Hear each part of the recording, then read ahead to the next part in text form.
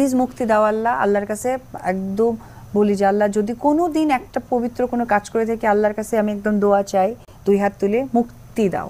আর ভালো লাগতেছে না, বিরক্ত ধরে গেছে। পাবলিক প্লেসে ক্যামেরার সামনে অপু বিশ্বাস হঠাৎ কেন এত মোনাজাত প্রার্থনা করা শুরু করে দিল? এটার কারণ কি হতে পারে? অপু বিশ্বাসের এমন প্রার্থনার কারণ কি? যাই হোক, এরকম মিডিয়ার সামনে আমরা বা ক্যামেরার সামনে পাবলিক প্রার্থনা আমরা তারকাদের মানে এই যে নায়িকা টাইকাদের এরকম প্রার্থনা আমরা কোনোদিন দেখি নাই। এটা একটা রেকর্ড, এটা ফার্স্ট। এটার জন্য অপু বিশ্বাস এবং অপু বিশ্বাসের ভক্তরা অবশ্যই গৌরব করতে পারেন। এখন প্রশ্ন হলো, অপু বিশ্বাস কেন এই পাবলিক প্রার্থনাটি করলেন, এই রেকর্ড প্রার্থনাটি কেন করলেন ক্যামেরার সামনে? এত বড় প্রার্থনা, এত বড় আকুতি। কারণ অপু বিশ্বাসকে প্রশ্ন করা হয়েছিল, শাকিব খান যদি তৃতীয় বিয়ে করে তাহলে কি হবে? এই যে এই প্রশ্নটি করেছিল। ঘুম থেকে একদিন উঠে দেখলে যে বিয়ে করছেন শাকিব খান, কি রিয়াকশন থাকবে তোমার? দেখেছেন প্রশ্নটি কেমন লেগেছে প্রশ্নটি? এখন কথা হলো, প্রশ্ন শুনলে হবে না, প্রশ্নের পরে অপু বিশ্বাসের অভিব্যক্তি, অ্যাটিটিউড, প্রকাশটা, চেহারার অবস্থা কেমন হয়েছিল সেটি দেখুন।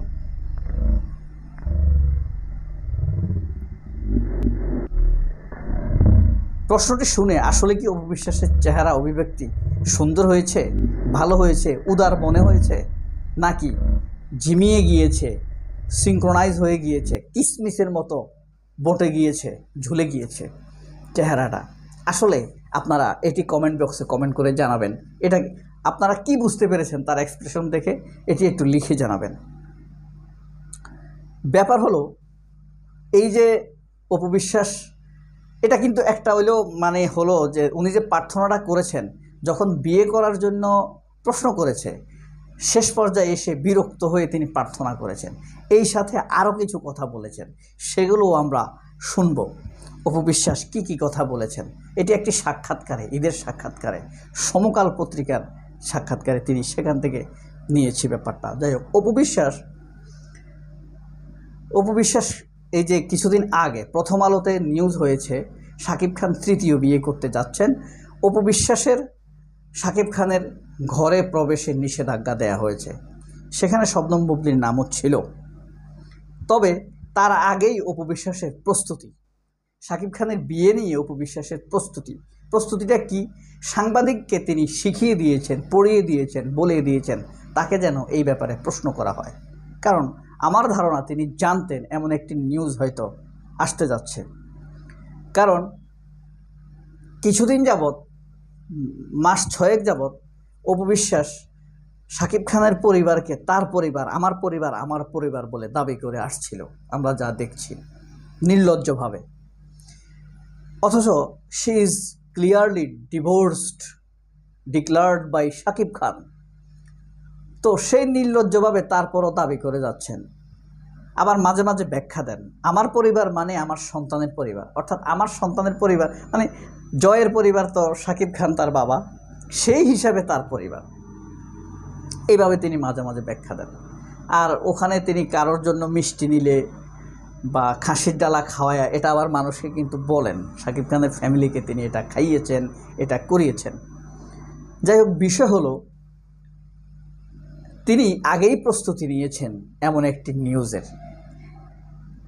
প্রথম আলো পত্রিকা নিউজ করেছে কি, শাকিব খান, শবনম বুবলি এবং অপু বিশ্বাসের শাকিব খানের ফ্যামিলিতে প্রবেশ নিষেধাজ্ঞা। শাকিব খানের পরিবার এটা নিয়ে বিরক্ত। শাকিব খানের পরিবারের কেউ একজন জানিয়েছে শাকিব খানকে তারা বিয়ে করাতে যাচ্ছেন।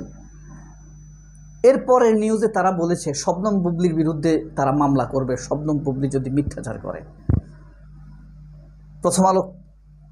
প্রথম আলো কাকে শাকিব খানের পরিবার বানিয়েছে, শাকিব খানের পরিবারের কার সাথে যোগাযোগ করেছে, কার বক্তব্য নিয়েছে, এসব কিন্তু কিছুই প্রথম আলো বলেনি।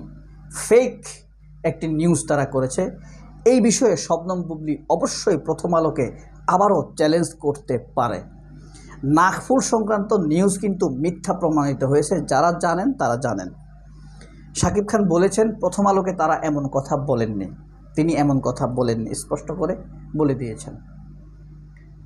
ফারজানা মুন্নি তাপস মন্দির পরিবারের সাথে শবনম বুবলির বিরুদ্ধে যে অভিযোগ তোলা হয়েছে, অপু বিশ্বাস যে ফোন কল হ্যাক করেছেন, সব মিথ্যা প্রমাণিত হয়েছে। কারণ ফারজানা মুন্নি ম্যাডাম এবং তাপস চ্যানেল আইডে এসে সাক্ষাৎকার দিয়ে স্পষ্ট করে বলেছেন অপু বিশ্বাস ডিবি অফিসে গিয়েছে, সেখানে নখত দিয়ে এসেছে, লিখিত দিয়ে এসেছে, এসে শবনম বুবলি, তাপস মুন্নি তাদের বিরুদ্ধে করা ভিডিওটি মুছে দিতে বাধ্য হয়েছে। অর্থাৎ সেখানে অপু বিশ্বাস অনৈতিক, অসত্য, মিথ্যাচারী হিসাবে প্রমাণিত হয়েছেন।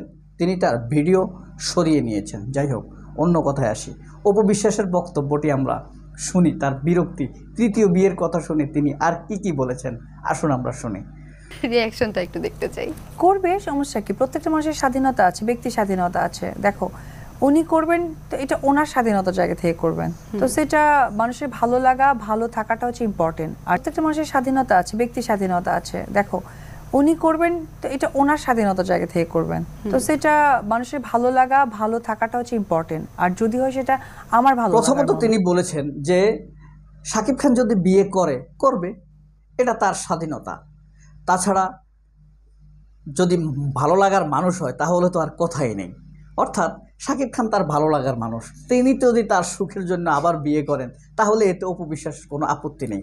কত উদার, হ্যাঁ, মনে হয় যেন লাইলি মজনুকে হার মানাবে। এই যুগের লাইলি, অপু বিশ্বাসকে আমরা কি বলতে পারি?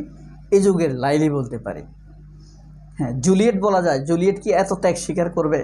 না, আমরা লাইলি বলতে পারি তাকে। অথবা কৃষ্ণা বলতে পারি। কৃষ্ণা কি বহুগামী ছিল? বহু মানুষের সাথে প্রেম করত? আচ্ছা, জানা নাই। যাই হোক, তাইলে অপু বিশ্বাস শাকিব খানের সুখের জন্য তার তৃতীয় বিয়েকে সহজে মেনে নেবেন, মুখে বলেছেন, কিন্তু তার এক্সপ্রেশন কিন্তু অন্যরকম ছিল। মুখে বলেছেন মেনে নেবেন, মানে ভালো সেটি। তাহলে শবনম বুবলিকে মেনে নিতে তার সমস্যা কোথায় ছিল? শবনম বুবলিকে তো শাকিব খান বিয়ে করেছে সুখের জন্য, ভালো থাকার জন্য। যেই সুখ, যেই ভালো থাকা অপু বিশ্বাস দিতে ব্যর্থ হয়েছেন, তাই না? অপু বিশ্বাসের কাছে যে প্রশান্তি পাননি, যে প্রশান্তি দিতে অপু বিশ্বাস ব্যর্থ হয়েছেন, সেই প্রশান্তি প্রত্যাশা করেছেন শাকিব খান শবনম বুবলির কাছে। হয়তো শবনম বুবলিও দিতে পারেনি, আমি জানি না, আমরা জানি না। কিন্তু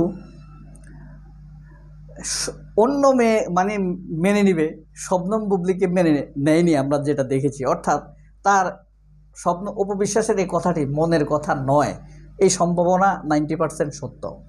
কারণ স্বপ্ন অতীতে তিনি মেনে নেননি, এবং কোনো একটি প্যাঁচঘোষ ঘাটিয়ে শেষ পর্যন্ত শাকিব খানের তৃতীয় স্ত্রীর পিছনেও অপু বিশ্বাস বিভিন্নভাবে লাগবেন।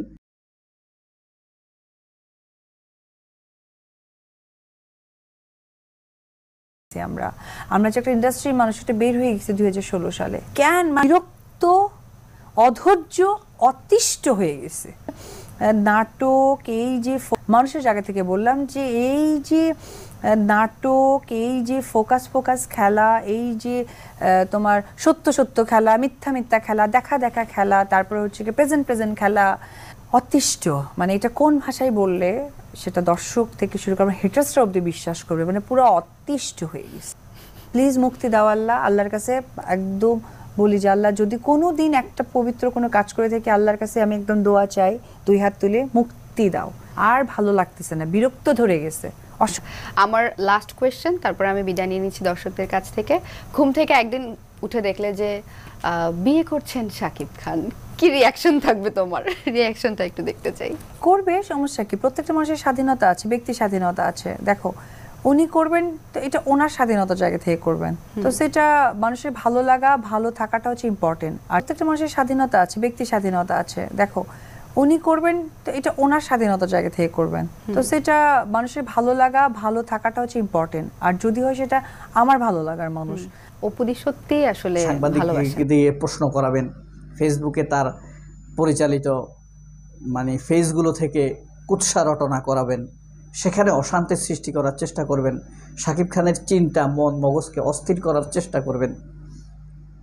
আর টেলিভিশনের টকশোতে এসে পাতানো উপস্থাপিকা দ্বারা পাতানো প্রশ্ন করাবেন, সেগুলোর উত্তর দিবেন, হাসি তামাশা হই হুল্লোড় করবেন, একজন কুইনের দায়িত্ব পালন করবেন।